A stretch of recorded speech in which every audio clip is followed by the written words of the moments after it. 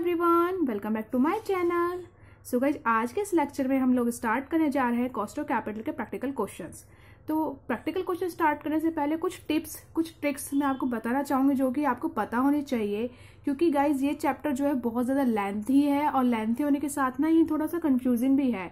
इसमें हमें बड़ी कंफ्यूजन होती है कि कौन सा फॉर्मूला कब लगेगा, कौन सा फॉर्मूला लगाऊँ। यहाँ पे फॉर्मूले को लर्न करने में भी कुछ स्टूडेंट्स को प्रॉब्लम होती है। साथ में यहाँ पे टैक्स है, बिफोर टैक्स है, आफ्टर टैक्स है, प्रेफरेंस है, कॉस्ट है, डेप्ट है या फिर इक्विटी है। तो हमें इसको जानने में थोड़ी कंफ्यूजन होती है, इसके फॉर्मूलेस अलग अलग होते हैं। तो यहाँ पे आपको छोटी सी बात जो है अच्छे से समझ के चलनी है। आपको छोटा सा एक चार्ट मैं आपको जो बना के दिखाती हूँ वो आपको हमेशा याद रखना है, ताकि आपको इसके क्वेश्चंस करने में कोई भी दिक्कत नहीं हो। ठीक है, तो देखो, जो कैपिटल बनती है ना उसमें तीन बातें आती है, तीन चीजें आती है। इसके तीन के अकॉर्डिंग कैपिटल फॉर्म होती है। ऐसे मानो, एक तो होता है डिबेंचर जिसको हम डेप्ट बोल सकते हैं, प्रेफरेंस शेयर होता है, प्रेफरेंस जिसको हम प्रेफरेंस कैपिटल कहते हैं, और यहाँ पे होता है इक्विटी। ठीक है, इक्विटी कैपिटल बनेगा। तो इस तीनों के मिक्सचर से हमारा कैपिटल स्ट्रक्चर बनता है। ठीक है, तो इन तीनों पर ही हमारी कॉस्ट आती है।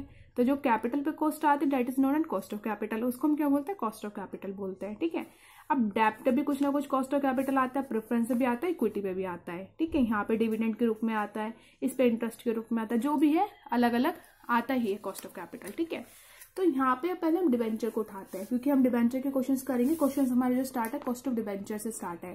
तो डिबेंचर को उठाते हैं सबसे पहले। इस चैप्टर में हम इन तीनों की कॉस्ट निकालेंगे। तो पहले हम डिबेंचर को लेते हैं, फिर प्रेफरेंस शेयर्स को लेंगे और फिर इक्विटी को लेंगे। ठीक है, तो इस तरीके से यहाँ पे ये अलग अलग चलेगा। पहले डिबेंचर की बारी आएगी, फिर शेयर की, प्रेफरेंस शेयर की, उसके बाद इक्विटी शेयर्स की। तो यहाँ पे मैंने सबसे पहले डिबेंचर को लिया। आप सुनो, डिबेंचर दो हो सकते हैं, एक तरीके से, दो तरीके से। जैसे कुछ इशू कर रहे हैं हमने, कुछ रिडीम कर रहे हैं, मतलब है ना। तो कुछ हमने रिडीम करने हैं, कुछ इशू किया, मतलब रिडीमेबल और इरिडीमेबल। आप दो बातें बोल सकते हो, रिडीम वाले रिडीमेबल, और जो रिडीम नहीं करने इरिडीम IRR। ठीक है, तो वो क्या बनेगा, इरिडीमेबल। ठीक है, दो तरीके के हो सकते हैं। आप सुनो, डिबेंचर हो गया दो तरीके के, रिडीमेबल जो कि रिडीम कर सकते हैं हम, यहाँ पे मैं लिख रही हूँ रिडीमेबल, और एक हो गया इरिडीमेबल,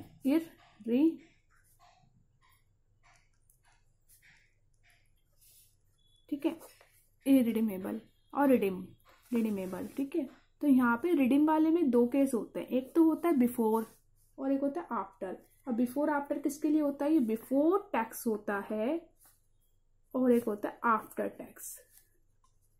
ठीक है, और ऐसी सेम इरिडीमेबल में भी है, बिफोर टैक्स होता है और आफ्टर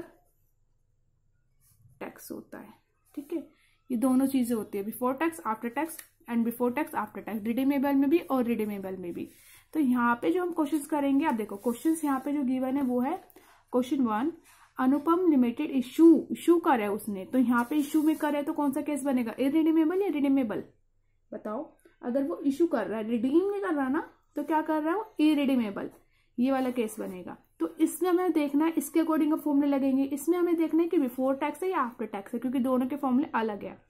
ठीक है, तो ये कुल बताने का मेरा मकसद ये है कि जो ये चार्ट है ना, आप इसको माइंड में थोड़ा अपना कंसिडर करें, इसी को अपने माइंड में क्वेश्चन जब अटेम्प्ट करें तो उसको अपने माइंड में रखें कि हमारे पास जो कैपिटल का कॉस्ट निकालना है वो तीन तरीके की कैपिटल्स होगी, debenture, preference shares and equity. और डिबेंचर में भी हमारे पास दो केस है, रिडीमेबल, इरिडीमेबल, और उनमें भी दो केस है, before tax, after tax, before tax, after tax. तो हमें पहले ये देखना है कि वो डेप्ट है या फिर प्रेफरेंस है या इक्विटी है, वो तो आप देख ही लेंगे। प्लस यहाँ पे रिडीमेबल है, इरिडीमेबल। अब इरिडीमेबल है तो बिफोर टैक्स आफ्टर टैक्स है, या रिडीमेबल है तो भी आफ्टर टैक्स है, बिफोर टैक्स है। तो क्योंकि इनके फॉर्मूले अलग है। अब आप सोचो, लगभग इसके 4 फॉर्मूले बन गए डिबेंचर के। फिर प्रेफरेंस का भी सेम इस तरीके से होता है, इक्विटी का भी ऐसे ही होता है। तो यहाँ पे ऐसे कि टेंस सीखते ना, टेंस सीखे आपने इंग्लिश में। हमारे पास जब छोटे थे टेंस सीखते थे, तो टेंस बच्चों को सीखने में बड़ी प्रॉब्लम होती थी, लेकिन इनको बता दिया कि टेंस बेटा, मतलब टेंस माने बेटा टाइम होता है प्रेजेंट, पास्ट, फ्यूचर, और प्रेजेंट, पास्ट, फ्यूचर के 4 पार्ट होते हैं, जैसे कि पास्ट, प्रेजेंट, फ्यूचर। इनके 4 पार्ट होता है, इंडेफिनिट होता है, कंटिन्यूअस, परफेक्ट, परफेक्ट कंटिन्यूअस। जो इसके 4 पार्ट है वही इसके हैं। जैसे इनको नाम लेने का तरीका अलग है, present indefinite tense, past indefinite tense, future indefinite tense, इस तरीके से होता था ना। तो यहाँ पे भी वही सेम इस तरीके से केस है कि इनमें भी 2-2 केस है, इसमें भी 2-2 केस है। ठीक है, आप समझ गए आप मैं क्या समझाना चाह रही थी। ठीक है, तो आप क्वेश्चन नंबर 1 अटेम्प्ट करते हैं। कॉस्ट ऑफ डेब्ट डिबेंचर के क्वेश्चन है। डिबेंचर में 2 केस है। सबसे पहले कौन सा केस है, रिडीमेबल और इरिडीमेबल। अब यहाँ पे देखते हैं कौन सा केस है। अनुपमा लिमिटेड इश्यू कर रहा है, देखो इश्यू कर रहा है ना, तो फिर रिडीमेबल तो नहीं हो पाएगा, इरिडीमेबल होगा, है ना। उसने इशू करा एट पार पे किया, कितने के 9% डिबेंचर इशू किया है, एट पार पे किया, एट अ डिस्काउंट 6%, जिसपे डिस्काउंट पे किया। सेकंड केस में 3rd% प्रीमियम पे किया 5%। जैसे आपने 12th तक भी अगर आपने अकाउंट्स वगैरह पढ़ा होगा तो उसमें आपने देखा होगा कोई भी शेयर इशू कर देते थे तो उनका प्राइस होता था 10 रुपीज़ है तो वो एट पार कहलाएगा, 2 रुपये प्रीमियम पे कर दिया तो फिर वो प्रीमियम पे कहलाएगा, डिस्काउंट पे कर दिया तो वो डिस्काउंट कहलाता है। तो वहाँ पे भी सेम ऐसी था और यहाँ पे भी सेम ऐसे ही है। ठीक है, you are required to calculate the cost of debenture. आपको कॉस्ट ऑफ डिबेंचर निकालना है। कॉस्ट ऑफ डिबेंचर कैसे निकलेगा, देखो कॉस्ट ऑफ डिबेंचर निकलेगा, हम क्वेश्चन 1 है। क्वेश्चन 1 में हम यहाँ पे देखो क्या करते हैं, इरिडीमेबल वाला कर रहे हैं जो कि कैसा बिफोर टैक्स है। क्यों मुझे पता चला बिफोर टैक्स है, क्योंकि यहाँ पे टैक्स का जिक्र ही नहीं हुआ। अगर टैक्स के बाद होता तो यहाँ टैक्स बताता कि इतना टैक्स है, यहाँ पे तो कुछ नहीं बता रहा, तो यानी कि बिफोर टैक्स है ये। ठीक है, तो हम इरिडीमेबल में बिफोर टैक्स वाला ऑप्शन कर रहे हैं, ये वाला। तो इसका क्या फॉर्मूला बनेगा, मैं यहाँ पे लिखती हूँ। पहले मैं यहाँ लिखूंगी कॉस्ट ऑफ इरिडीमेबल डिबेंचर।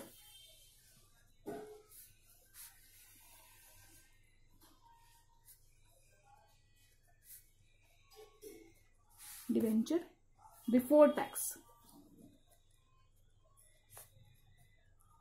कि टैक्स से पहले का क्या बनेगा। अब देखो तो यहाँ पे अब इसका फॉर्मूला क्या बनेगा, देखो कॉस्ट को हम के बोलते हैं, कॉस्ट ऑफ डिबेंचर है तो के डी बी बोलेंगे इसे, और यहाँ पे आएगा आई, यहाँ पे क्या होएगा ये आई है, और यहाँ पे क्या आएगा हमारा एन पी बोल सकते हैं इंटू में 100। ठीक है, ये फॉर्मूला होगा। अब सुनो, यहाँ पे के माने कॉस्ट, डी माने डिबेंचर, बी माने बिफोर। अगर बी लिखा हुआ है तो बिफोर है, ए होगा तो फिर वो आफ्टर वाला होगा। ठीक है, यहाँ पे जो आफ्टर का फॉर्मूला बनेगा वहाँ पे के डी ए आ जाएगा। अब आई से क्या है, आई से हमारा क्या होता है, इंटरेस्ट होता है। ठीक है, एन पी क्या लिखा है मैंने, नेट प्रोसीड, कितने पे हमने उसे प्रोसीड करा है। ठीक है, 10 रुपीज प्रीमियम डिस्काउंट ये सब इसमें आता है। तो यहाँ पे मैं इसको एक बार लिख देती हूँ कि क्या क्या चीज क्या क्या है। ये के तो हो जाएगा, के डी भी लिख देती हूँ मैं, कॉस्ट ऑफ डेब्ट बिफोर टैक्स, कॉस्ट ऑफ डेब्ट बिफोर टैक्स, बी वाला बिफोर टैक्स को बता रहा है। अब आई क्या हो जाएगा, यहाँ पे हमारा इंटरेस्ट हो जाएगा, डिवेंचर पे इंटरेस्ट देते हो ना, और यहाँ पे क्या होएगा एनपी, नेट प्रोसीड लिखेंगे इसे कि हमने इसे कितने पे प्रोसीड करा है। ठीक है, तो ये तो फॉर्मूला हो गया और आपको उसको समझ में आना चाहिए अच्छे से। फॉर्मूला बहुत आसान है, छोटा सा है, बस फॉर्मूले बहुत सारे हो जाएंगे ना इसलिए थोड़ी दिक्कत होती है, लेकिन आप आसानी से लर्न कर लेंगे अगर आप समझ के करेंगे। और अगर आप ऐसे तुक्के मारेंगे इसका ये होगा या फिर रट लेंगे तो ऐसे नहीं बात बनेगी। फॉर्मूले को आपको ध्यान से समझना। देखो इरिडीमेबल है ना, बिफोर टैक्स है तो क्या दिक्कत है, सिंपल सा फॉर्मूला आई अपॉन में एन पी इंटू में 100। आफ्टर टैक्स होगा तो भी दिक्कत नहीं है, बस यहाँ पे छोटी सी चीज बढ़ जाएगी। ठीक है ना, तो आसानी से समझ के करेंगे, कोई जल्दबाजी नहीं है। अब फर्स्ट क्वेश्चन को अटेम्प्ट करते हैं। तो यहाँ पे देखो बोल रहा है एट पार, हमने जो शेयर जारी किए हैं, सॉरी डिबेंचर जो जारी किए हैं वो एट पार पे किए हैं। कितने डिबेंचर इशू कर रहे हैं, 10 लाख के 9% डिबेंचर से 9% इंटरेस्ट पे। तो 9% इंटरेस्ट कितना हो जाएगा इसका, ये 90,000 होगा। और कितने इशू करे, देखो जो हमने इशू करा है वो एट पार पे किया है तो इतना ही रहेगा, यही सेम अमाउंट आएगा और इनटू में 100। ठीक है, तो मैं यहाँ पे अभी आपको करके दिखाती हूँ।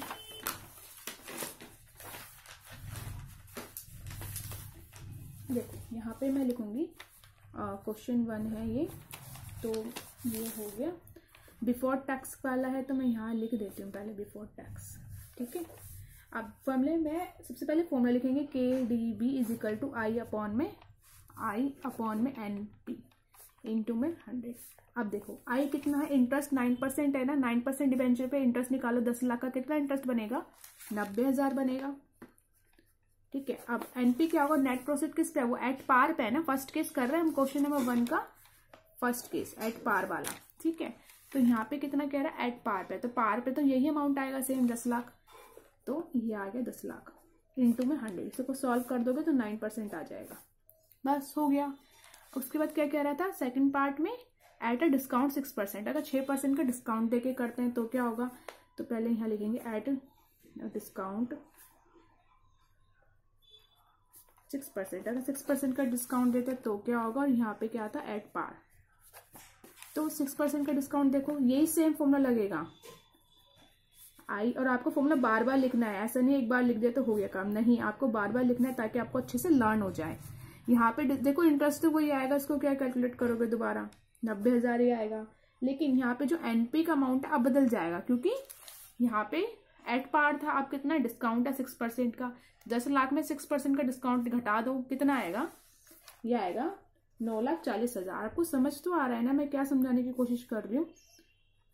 देखो मैं आपको बताती हूँ, 10 लाख के थे ना एडवेंचर, तो 10 लाख ही लिखा, इसका 6% निकालो, ये आ गया 60,000, इसको माइनस कर दिया मैंने 10 लाख में से, तो ये कितना आ गया 940, ठीक है।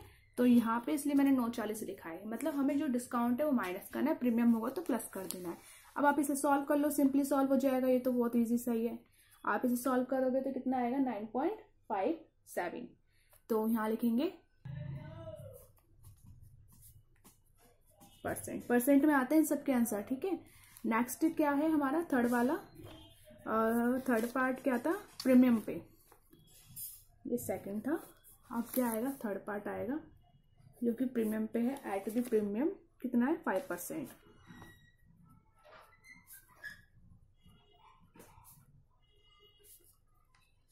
प्रीमियम दे रहेगा 5%, तो यहाँ लिखेंगे इंटरेस्ट, पहले फॉर्मूला लिखेंगे अपना, इंटरेस्ट अपॉन में एनपी इंटू 100, इंटरेस्ट कितना दे रखा था हमें 90,000। अब प्रीमियम क्या होता है, प्रीमियम ऐड होता है, तो 10 लाख का जो हमारा अमाउंट है उसमें 5% का, पहले 5% आप निकाल लो मैं आपको निकाल के दिखाती हूँ। 10 लाख लिखेंगे, 10 लाख का 5% तो भैया 50,000 हो गया। अब इसको प्लस कर देना है, तो 10,000 में जब 10 लाख में से प्लस करोगे तो भैया 10,50,000 हो जाएगा ना, तो 10,50,000 लिखेंगे ना, तो 10,50,000 इंटू में 100, इसको सॉल्व कर लो। इसको अगर आप सॉल्व करोगे तो कितना आएगा 8.57%। ग्रेजुएशन लेवल पे कैलकुलेटर अलाउ होता है, तो आप कैलकुलेटर लेके जाना, आसानी से कोई भी कैलकुलेशन करने की जरूरत नहीं है, आप इसमें सॉल्व कर सकते हो, ठीक है। तो आ गया 8.57%, यस, ठीक है। तो ये हो गया हमारा थर्ड वाला पार्ट, तो इसलिए हमारा क्वेश्चन नंबर 1 हो गया पूरा कंप्लीट। क्वेश्चन नंबर 1 बेहद आसान था, कुछ भी नहीं था, आसानी से हमने कर लिया, बस आपको फॉर्मूला पता होना चाहिए, वैल्यू पुट कर दो और सॉल्व हो जाएगा। अब क्वेश्चन नंबर 2 देखो, क्वेश्चन नंबर 2 भी इसी वीडियो में करेंगे हम।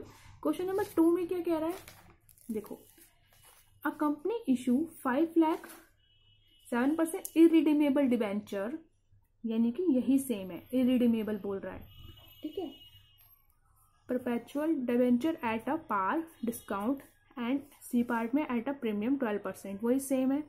हमने इतने इशू कर रहे हैं, डिबेंचर है, पार पे भी, डिस्काउंट पे भी, प्रीमियम पे भी, लेकिन यहाँ पे एक जो पॉइंट अलग है वो क्या है, कैलकुलेट कॉस्ट निकालनी है किसकी, डिबेंचर की, calculate after tax cost of debenture assuming tax rate of 30%। आपको जो है टैक्स जो है एज्यूम करना है 30% है, और कॉस्ट ऑफ डिबेंचर निकालना है आफ्टर टैक्स। अब आया समझ में, यहाँ पे था बिफोर टैक्स और यहाँ पे है आफ्टर टैक्स। क्वेश्चन आपको अच्छे से शो हो रहा है ना, तो यहाँ पे था क्वेश्चन 2 जिसमें हमें दे रखा है आफ्टर टैक्स, ठीक है। तो आफ्टर टैक्स वाला कैसे करेंगे, मैंने अभी आपको समझाया था, before tax after tax 2 cases होंगे। तो बिफोर वाला तो हमने कर लिया, देखो इरिडीमेबल में 2 केस होंगे, बिफोर वाला अभी हमने करा, अब आफ्टर वाला आ गया। अब आफ्टर के लिए जो फॉर्मूला है वो ये नहीं है, थोड़ा सा अलग है, ये फॉर्मूला ही है, इसमें थोड़ी सी एक चीज एक्स्ट्रा है, तो वो मैं यहाँ पे लिख देती हूँ, नेक्स्ट में लिखूँ या इसी में एडिट कर देती हूँ, इसी में लिख देती हूँ। तो देखो गाइज, ये मैंने फॉर्मूला यहाँ लिख दिया, अलग से लिख दिया मैंने। आफ्टर टैक्स में फॉर्मूला बनेगा KDA कर देंगे, क्योंकि KDB था वहां पे, यहाँ पे A हो जाएगा, A माने आफ्टर होता है। कॉस्ट ऑफ डेब्ट आफ्टर टैक्स कितना होगा, यही सेम फॉर्मूला रहेगा, I अपॉन में NP इंटू में 100, 1 माइनस टी हो जाएगा। 1 माइनस टी यहाँ पे क्या है, T माने टैक्स रेट, ठीक है, समझ गए।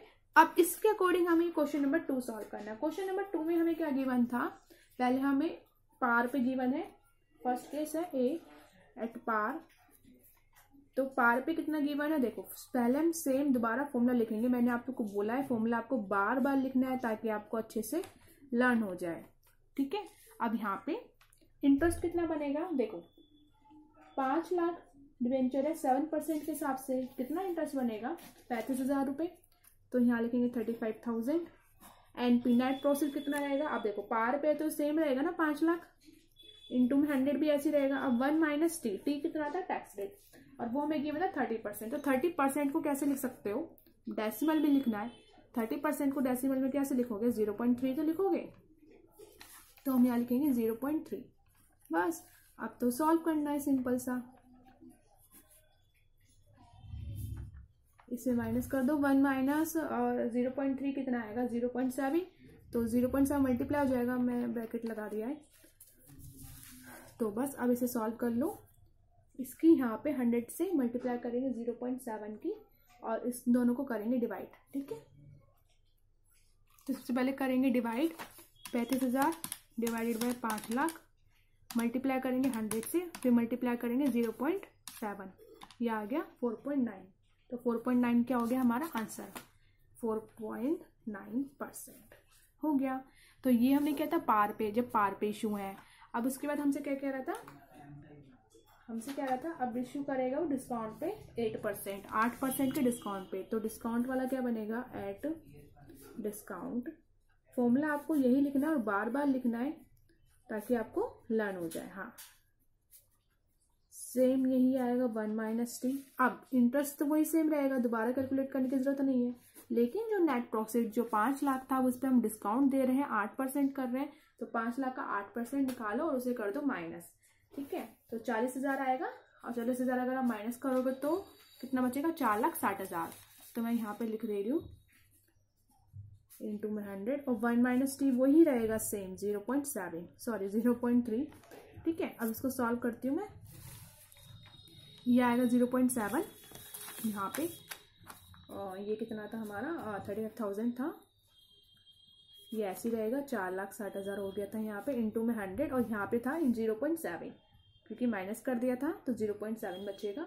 अब आप इसे सॉल्व कर दो बस। इसे आप जब सॉल्व करोगे तो 5.33% आएगा। पहले डिवाइड करेंगे, बोर्ड मास जानते हो ना, तो फिर क्यों घबराते हो, डिवाइड करो मल्टीप्लाई लास्ट में कर दो, ठीक है। तो इस तरीके से करेंगे। सबसे पहले हमें इसे डिवाइड करना है, देखो 35,000 डिवाइड बाय 4,60,000, 35,000 डिवाइडेड बाय 4,60,000, ये क्या हो रहा है 4,60,000, ठीक है, इंटू में 100 इंटू में 0.7, ये कितना आ गया, हाँ 5.326 आ रहा है ना। तो मैंने आपको बताया था पॉइंट के बाद अगर हमारे पास, हमें 3 डिजिट या 2 डिजिट चाहिए होती है पॉइंट के बाद। अगर आप 6 दिख रहा है आपको, आप 5.32 भी लिख सकते हो। अगर आपको दिख रहा है कि हाँ 5 से बड़ी डिजिट आ रही है तो आप यहाँ पे इसमें 1 प्लस कर दो 5.33, क्योंकि पॉइंट के बाद 2 या 3 डिजिट लो मैक्सिमम बहुत है, ठीक है। तो 5.33। अब अगला नेक्स्ट केस क्या था, एट प्रीमियम। अगर वो प्रीमियम पे इशू करता है, प्रीमियम प्लस होता है, प्रीमियम पे इशू करेगा कितना 12% के हिसाब से। तो यहाँ पे फॉर्मूला सेम दोबारा लिखो, आई इंटू में एन, सॉरी अपॉन में एन पे इंटू में 100, 1 माइनस टी। आफ्टर टैक्स चल रहा है, भूल मत जाना कभी 1 माइनस टी लिखना भूल जाओ। आई सेम रहेगा। एनपी नेट प्रॉफिट कितना था देखो 5 लाख था, 5 लाख का 12% निकालो, जोड़ दो, कितना आएगा 5,60,000। देखो ये है 5 लाख, 5 लाख का 12% निकालेंगे, ठीक है 60,000 आ गया, 5 लाख में जोड़ दो 5,60,000 हो जाएगा, है ना। तो ये सिंपल सी कैलकुलेशन है, आप कर सकते हो, ऐसे कोई नहीं है कि डिफिकल्ट है। लेकिन इजी से इजी जो है हम क्वेश्चन को बनाने की कोशिश करेंगे। तो यहाँ पे 0.3 लिखेंगे। अब इसे सॉल्व कर दो, सॉल्व करके क्या, यहाँ पे तो आपको पता ही है 0.7 ही आएगा, और यहाँ मल्टीप्लाई कर दोगे 35,000 5,60,000 इंटू में 100 इंटू में 0.7, सॉल्व कर दो। सॉल्व करके कितना आएगा 4.38 बोल सकते हो, ठीक है। क्योंकि अगर आप इसे सॉल्व करोगे तो ये आपको मिलेगा, देखो 35,000 डिवाइडेड बाय 5,60,000 इंटू में 100 इंटू में 0.7, 4.375 मिल रहा है ना। तो पॉइंट के बाद मैंने आपको बताया था, देखो पॉइंट के बाद अगर 2 डिजिट लेना है तो 5 5 से बड़ा होना चाहिए थर्ड डिजिट, वो है तो उसमें एक जोड़ दो, तो 4.38 हम लिख सकते हैं। तो ये आ गया 4.38%। इनके आंसर परसेंट में ही आएंगे, परसेंट में ही आपको आंसर लिखना है। सबसे पहली बात आपको ये याद रखना है, क्वेश्चन जो भी होगा आप उसे ध्यान से पढ़ेंगे कि वो आफ्टर टैक्स कह रहा है, बिफोर टैक्स कह रहा है, या फिर रिडीमेबल है, इरिडीमेबल। सबसे पहले आपका तरीका ये पहचाना उसे कि वो इरिडीमेबल है या रिडीमेबल है। रिडीमेबल है तो आफ्टर टैक्स है या बिफोर टैक्स है, ये जानना, फिर फॉर्मूला अप्लाई करना है। फॉर्मूला बिल्कुल सेम है, आपको बस उसमें 1 - t ऐड कर देना है, क्योंकि आफ्टर टैक्स होता है तो 1 - t आएगा, बिफोर टैक्स होगा तो वो तो आएगा ही नहीं। ठीक है, आंसर परसेंट में ही देखना है, परसेंट में ही देना है, और बस इतना ही आपको याद रखना है। क्वेश्चन बहुत आसान है, आप आसानी से कर सकते हैं। तो क्वेश्चन नंबर 3 कोशिश करिएगा हो करने की घर पे होमवर्क, और अगर नहीं होता है तो कोई बात नहीं, मैं आपको शो करूंगी इसका आंसर। अगर हो जाता है तो वेल एंड गुड। ठीक है, तो आज के लेक्चर में इतना ही, हम मिलते हैं नेक्स्ट लेक्चर में एक नए क्वेश्चन के साथ। तब तक के लिए bye bye, take care, stay connected, and if you are new to the channel then subscribe it.